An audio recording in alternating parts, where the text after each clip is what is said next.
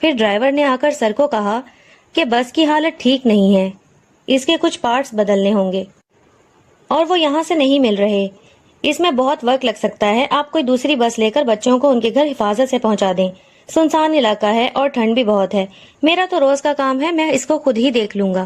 یہ سن کر سر بہت پریشان ہو گئے اور انہوں نے ہمیں بلایا اور بولے کہ تمام بچوں کو اکٹھا کرو، ہمیں دوسری بس لینی ہوگی اور اس کے لیے ہمیں یہیں بس کے آنے کا انتظار کرنا ہوگا۔ یہ بات جیسے ہی اس لڑکے نے سنی، وہ اٹھ کر کونے میں چلا گیا اور اشاروں سے کسی سے بات کرنے لگا، جبکہ وہاں کوئی موجود نہیں تھا، بس اندھیرے میں دو سائے نظر آ رہے تھے جن کو دیکھ کر میں اور میرا دوست بہت ڈر گئے تھے۔ اس کے بعد وہ لڑکا واپس اپنی جگہ پر آ کر کھڑا ہو گیا، اس کی آنکھیں لال ہو چکی تھیں۔ میں مسلسل نوٹ کر رہا تھا کہ صبح سے اس نے کچھ نہیں کھایا تھا، بھلا کوئی بچہ اتنی دیر بھوکا کیسے رہ سکتا ہے؟ میں ابھی یہی سوچ رہا تھا کہ سر کی آواز آئی اور وہ بولے کہ بس موت ذاتی طور پر ٹھیک ہو گئی ہے، چلو اب گھر چلیں۔ پھر ہم سب بس میں بیٹھ گئے اور بس چلنے لگی۔ پورے راستے میں بس ایک منٹ کے لیے بھی کہیں نہیں رکی، ایسا لگ رہا تھا جیسے بہت ساری طاقتیں مل کر بس کو دھکا لگا رہی ہوں۔ جب ہم گھر پہنچے تو بس اپنے آپ ہی رک گئی۔ ڈرائیور بولا میری زندگی میں یہ پہلا واقعہ ہے جب مجھے ایسا لگا ہو کہ میں نے بس کو نہیں بلکہ بس نے مجھے چلایا ہے۔ وہ خوف زدہ دکھ رہا تھا۔ اس نے کہا کہ میں نے کئی بار بریک لگا کر بس کو روکنے کی کوشش کی مگر یہ نہیں رکی، نہ جانے کون سی طاقت اس کو چلا رہی تھی۔ اس کی باتیں سن کر سر مسکرانے لگے اور بولے کہ بھائی ایسا کچھ نہیں ہے، بس تمہارا وہم ہے۔ اس بس میں 40 بچے بیٹھے ہوئے تھے، تمہیں کیا لگتا ہے ان میں سے کوئی تمہاری بس کو کنٹرول کر رہا تھا؟ یہ کہہ کر سر نے زور زور سے ہنسنا شروع کر دیا تو ڈرائیور بھی کہنے لگا کہ بات تو آپ کی ٹھیک ہے مگر کچھ تو گڑبڑ تھی۔ پھر سر نے کہا اچھا اس بات کو بعد میں دیکھتے ہیں، ابھی تم بس میں سے بچوں کا سامان نکالو، ان کے والدین ان کو لینے آ رہے ہیں۔ پھر سر نے سب بچوں کی گنتی کی اور ہمیں لائن میں کھڑا کر دیا مگر مجھے وہ بچہ کہیں نظر نہیں آیا۔ میں نے سر سے کہا کہ سر ایک بچہ غائب ہے تو سر بولے نہیں سب بچے پورے ہیں۔ میں نے کہا کہ سر وہ عجیب سا بچہ جو اس بڑے بنگلے میں رہنے آیا ہے وہ غائب ہے تو سر بولے وہ بچہ تو ہمارے ساتھ گیا ہی نہیں، اس کی طبیعت ٹھیک نہیں تھی۔ یہ سن کر میں نے اور میرے دوست نے ایک دوسرے کی طرف دیکھا اور ہم چپ کر کے کھڑے ہو گئے۔ گھر آ کر مجھے بہت تیز بخار ہو گیا جو اترنے کا نام ہی نہیں لے رہا تھا۔ مجھے ہر جگہ وہی بچہ نظر آ رہا تھا جو مجھ پر ہنس رہا تھا۔ پورے 2 ہفتے تک میں اسی بخار میں تڑپتا رہا۔ پھر میرے ابو کسی بزرگ کو لے کر آئے جنہوں نے مجھ پر دم کیا اور ایک دیا جلا کر مجھے اس میں دیکھنے کو کہا۔ میں نے جیسے ہی اس دیے میں دیکھا تو مجھے وہ بچہ اس میں جلتا نظر آیا۔ اس کے بعد میں بالکل ٹھیک ہو گیا۔ بابا جی نے میرے گلے میں ایک تعویذ ڈال دیا اور پھر میں نے اس بچے کو کبھی نہیں دیکھا، کیونکہ میں نے جب اپنے ابو کو اس بچے کے بارے میں بتایا تھا تو انہوں نے میرا اسکول بدل دیا تھا، مگر مجھے وہ 2 لڑکیاں ضرور نظر آتی تھی اور وہ مجھے ہمیشہ غصے سے دیکھتی تھی لیکن کچھ کہتی نہیں تھی۔ سب لوگوں کو لگتا تھا کہ وہ لوگ کچھ عجیب سے تھے مگر کوئی بھی کچھ نہیں کہتا تھا۔ مجھے آج بھی یاد ہے جب کسی نے ان کے گھر سے گلے سڑے گوشت کی اور چمڑی کی بدبو آنے کی شکایت کی تھی تو 2 پولیس والے ان کے گھر کی چھان بین کرنے گئے تھے اور پھر اگلے ہی دن ان کی لاشیں ملی جن میں دل نہیں تھا اور کسی نے ان کی آنکھیں نکال کر باہر لٹکا دی تھی۔ یہ منظر دیکھ کر ہر بندہ کانپ گیا تھا، سب میں ایک خوف و ہراس پھیل گیا تھا مگر کسی کے پاس کوئی ثبوت نہیں تھا ان کے خلاف، اس لیے ان پر کوئی کارروائی نہیں کی گئی۔ میرے ابو تب 8ویں جماعت میں پڑھتے تھے جب یہ سارے واقعات ہو رہے تھے۔ اسد بولا مگر یار وہ لوگ تھے کیا؟ مجھے تو وہ انسان نہیں لگ رہے، ضرور وہ کوئی اور ہی مخلوق تھی جو انسانی روپ لے کر اس بنگلے میں رہنے آئی تھی۔ ندیم بولا پتہ نہیں یار مگر وہ جو بھی چیزیں تھی آج بھی اس بنگلے میں موجود ہیں، میں ان کو محسوس کر سکتا ہوں۔ ندیم کی باتیں سن کر میں نے بولا ارے یار کچھ نہیں ہے اس بنگلے میں، آج میں ثابت کر دوں گا۔ ضرور تمہارے ابو نے تمہیں وہاں جانے سے روکنے کے لیے اس بنگلے کے بارے میں فرضی کہانیاں سنائی ہوں گی تاکہ تم اس طرف کا رخ نہ کرو، کیونکہ بچپن میں تم اس بنگلے سے ڈر گئے تھے تو ان کو لگا ہوگا لوگوں کی باتیں سچ ہیں، اس لیے تمہیں ایسا بولا ہوگا۔ ڈرنے کی کوئی بات نہیں ہے، میں ہوں نا، کسی کو کچھ نہیں ہوگا۔ تو عرفان بولا کہ یار اگر وہ انسان نہیں تھے تو ان کو مارا کس نے ہوگا، کیونکہ اگر وہ انسان ہوتے تو چاہے جیسے بھی مرے ہوتے پتہ لگ ہی جاتا۔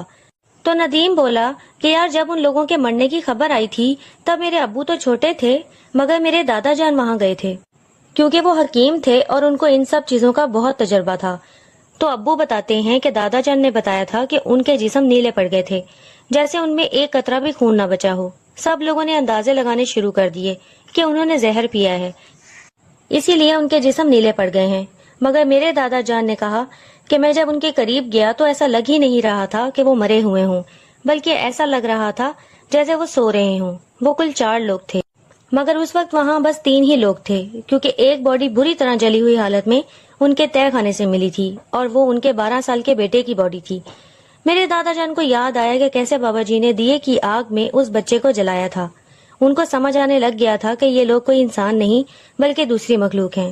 انہوں نے وہاں کے لوگوں کو سب کچھ بتایا، مگر لوگوں نے یقین نہیں کیا اور کہا کہ جب ان کی لاشیں ہمارے سامنے ہیں تو ہم کیسے مان لیں کہ وہ انسان نہیں؟ بھلا کبھی جنات کی بھی لاش ملی ہے؟ وہ تو دھواں ہیں، ان کا یہاں کیا کام؟ تو میرے دادا جان بھی خاموش ہو گئے۔ پھر کچھ وقت سکون سے گزرا، مگر ٹھیک 3 مہینے بعد ہمارے گاؤں سے چھوٹے بچے غائب ہونے لگے۔ سب لوگ خوف زدہ ہو گئے، کیونکہ ایک ہفتے میں کل 5 بچے غائب ہوئے تھے، اور ان کی لاشیں ٹھیک اسی حالت میں ملی جیسے ان پولیس والوں کی ملی تھی، بنا دل اور آنکھوں کے۔ لوگوں نے پولیس میں جا کر کمپلینس کرنی شروع کر دی، مگر کوئی سراغ نہ مل سکا۔ پھر کافی لوگوں نے یہ بھی کہا کہ ہم نے ان لڑکیوں کو رات میں باہر گھومتے دیکھا ہے، وہ گھنے جنگلوں میں جا کر غائب ہو جاتی ہیں، ہر رات وہ 12 بجے نکلتی ہیں اور اس کے بعد ہی بچے غائب ہوتے ہیں۔ مگر ان کی باتوں پر کسی نے یقین نہیں کیا، تو لوگوں نے وہ علاقہ چھوڑ دیا اور دوسری جگہ جا کر رہنے لگے، اور اس علاقے کو آسیب زدہ قرار دے دیا گیا۔ مگر لوگوں میں بہت غصہ بھرا ہوا تھا۔ انہوں نے اپنے بچوں کی موت کا بدلہ لینے کے لیے اس بنگلے کو آگ لگانے کا فیصلہ کیا، لیکن میرے دادا جی نے ان کو ایسا کرنے سے منع کر دیا۔ دادا جی نے کہا کہ وہ لوگ یہی چاہتے تھے کہ ہم لوگ وہ علاقہ خالی کر دیں، اب وہ اپنے مقصد میں کامیاب ہو گئے ہیں تو ان کو چھیڑنا مناسب نہیں۔ مگر لوگوں میں اتنا غصہ بھر گیا تھا کہ انہوں نے میرے دادا جان کو کہا، اگر تم نے ان لوگوں کی اور زیادہ حمایت کی تو ہم تمہیں بھی اس بنگلے کے ساتھ جلا کر راکھ کر دیں گے۔ ہم نے اپنے بچوں کو کھویا ہے، تمہارے بچے تو گھر میں محفوظ ہیں نا، اس لیے تمہیں بڑی بڑی باتیں آ رہی ہیں۔ جاؤ اور اپنے بچوں کو سنبھالو، ہمیں مت سمجھاؤ، آج ہم کسی کی نہیں سنیں گے۔ بس پھر میرے دادا جان خاموشی سے کھڑے تماشا دیکھتے رہے، اور ان لوگوں نے اس بنگلے کو آگ لگا دی۔ تو عرفان بولا کہ یار مگر یہ بنگلہ تو ایک دم اچھی حالت میں ہے، اور یہاں تو سامان بھی پڑا ہوا ہے۔ تو ندیم بولا کہ آگے سنو، میں یہی بتانے والا تھا جو سب سے زیادہ خوفناک منظر ہے، جس کو دیکھ کر ہر بندے نے یہاں کبھی نہ آنے کا فیصلہ کیا تھا۔ اگلے دن لوگوں نے دیکھا کہ یہ بنگلہ جل کر کوئلہ بن گیا تھا، مگر جن 7 لوگوں نے اس بنگلے کو جلایا تھا وہی اس کو دوبارہ بناتے ہوئے دکھائی دے رہے تھے۔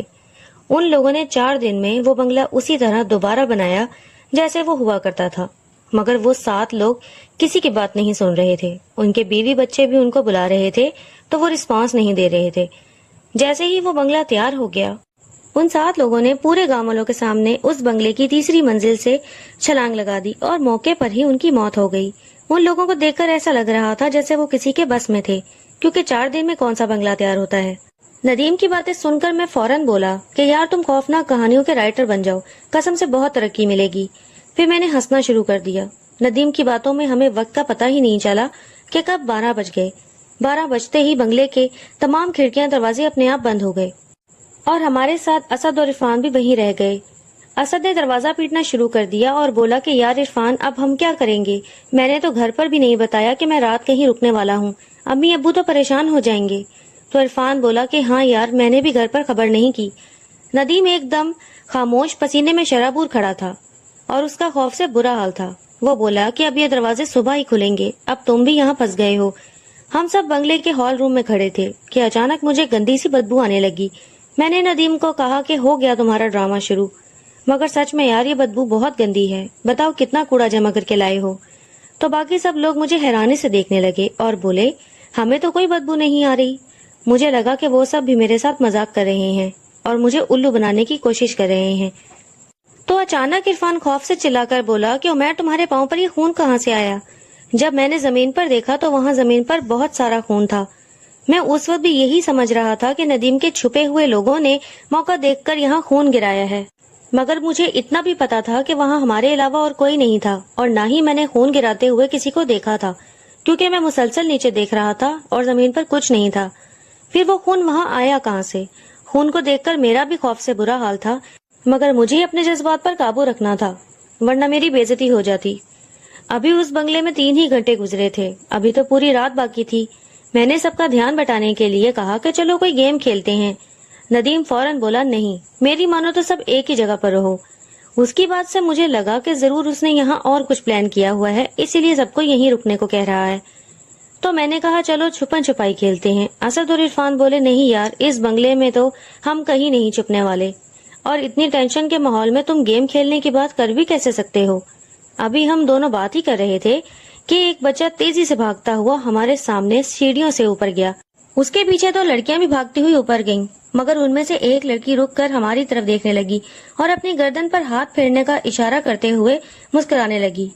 اس کو دیکھ کر ہم سب ڈر گئے اور اسد نے چیخنا شروع کر دیا اور کہنے لگا مجھے نہیں مرنا یار, مجھے گھر جانا ہے. ہم سب نے اسد کی طرف دیکھنا شروع کر دیا. اتنے میں وہ لڑکی وہاں سے غائب ہو گئی.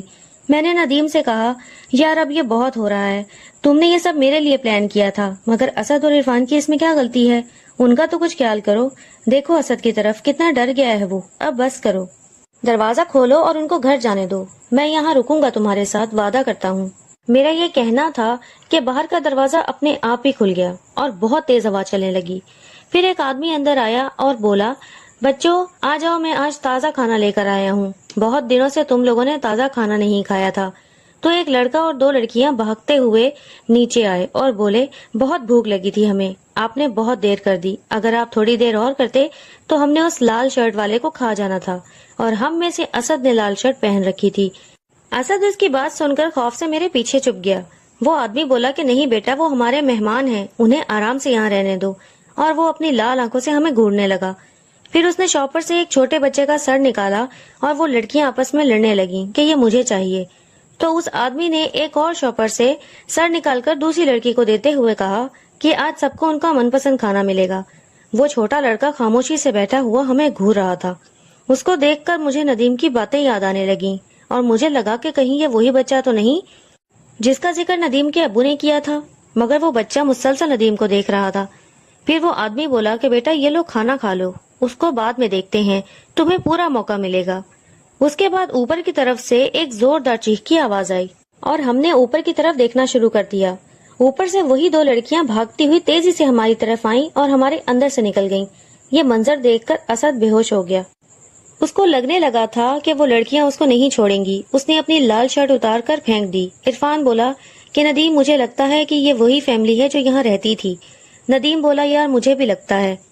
اس کے بعد اسد اچانک سے اٹھا اور اوپر کی طرف جانے لگا. ہم نے اس کو روکا تو اس نے ہمارے ہاتھ کو زور سے پیچھے کیا اور کسی کٹ پتلی کی طرح آگے بڑھنے لگا. اس میں اتنی طاقت تھی جیسے بھاری سے بھاری چیز کو بھی اکیلے اٹھا لے. ہم بھی اس کے پیچھے اوپر جانے لگے, مگر ندیم وہیں رک گیا اور بولا میں اوپر نہیں جاؤں گا. وہ عورت ہمیشہ اوپر کے کمرے کی کھڑکی سے مجھے نظر آتی تھی, میری مانو تو تم لوگ بھی مت جاؤ. میں نے کہا یار ندیم اسد کے بارے میں تو سوچو, اس کو پتہ نہیں کیا ہو گیا ہے. تو ندیم مان گیا. اس وقت رات کے 4 بجنے والے تھے اور مجھے اس بات کا احساس ہو چکا تھا کہ یہ گھر سچ میں آصف زدہ ہے, کیونکہ جو منظر ہم دیکھ رہے تھے وہ پلان کرنا ندیم کے بس کی بات نہیں تھی. اوپر جاتے وقت راستے میں سیڑھیوں پر خون کے نشانات تھے, جیسے کوئی زخمی حالت میں اوپر گیا ہو. جب ہم اوپر پہنچے تو اوپر کا منظر ہی الگ تھا. وہ آدمی اور دو لڑکیاں آگ کے سامنے بیٹھے کچھ عجیب سے کلمات پڑھ رہے تھے اور اسد بھی ان کے ساتھ بیٹھا ہوا تھا. پھر اچانک سے کھڑکی کا شیشہ ٹوٹا اور ایک بال اندر آئی. تو اس آدمی نے اٹھ کر دیکھا تو ایک بچہ گھر کے باہر کھیل رہا تھا اور اس کے ساتھ اس کا بیٹا بھی تھا. جیسے ہی وہ بال لینے اندر آیا تو اس نے اس کو مارنا شروع کر دیا اور باہر کھڑا وہ بچہ ڈر کر بھاگ گیا. یہ دیکھ کر ہم سب نے ایک دوسرے کی طرف دیکھا تو ہمیں یاد آیا کہ ندیم نے ہمیں یہ سب بتایا تھا. اس کا مطلب جو اس نے ہمیں بتایا وہ سب سچ تھا اور ہم بہت بڑی مشکل میں پھنس گئے ہیں. ہم سب اسد کے لیے پریشان ہو رہے تھے کہ اچانک کسی نے میرے کندھے پر ہاتھ رکھا. میں نے جیسے ہی پیچھے مڑ کر دیکھا تو اسد کھڑا تھا اور کہہ رہا تھا تم لوگ مجھے نیچے اکیلا کیوں چھوڑ آئے تھے. میں نے گھبرا کر جواب دیا کہ ہم تو تمہارے پیچھے ہی اوپر آئے تھے. پھر سامنے اشارہ کرتے ہوئے بولا کہ وہ دیکھو تم وہاں ان لوگوں کے ساتھ بیٹھے تھے, مگر اس وقت وہاں کوئی نہیں تھا. عرفان اور ندیم بولے کہ یار یہ سب بہت عجیب ہے, یہاں ہم ایک دوسرے پر بھی بھروسہ نہیں کر سکتے. چلو یہاں سے باہر نکلنے کی کوشش کرتے ہیں, آخر کوئی تو راستہ ہوگا یہاں سے باہر نکلنے کا. اتنے میں گھر کے دروازے پر زور سے دستک ہوئی. ہم فوراً دروازے کی طرف بھاگے کہ جیسے ہی دروازہ کھلے گا ہم باہر بھاگ جائیں گے. جیسے ہی دروازہ کھلا تو وہ بچہ اندر آیا اور وہ بہت غصے میں تھا. پھر اس آدمی کو کہنے لگا کہ میں تھک گیا ہوں ایسے رہ کر, آخر میں کیوں دوست نہیں بنا سکتا, کیوں ہنس نہیں سکتا. آج سب کتنے خوش تھے اور خوب مزے کر رہے تھے, مگر میں وہاں ہو کر بھی نہیں تھا. تو وہ آدمی بولا کہ جانتے ہو نا وہ سب انسان ہیں اور تم ایک جن ہو,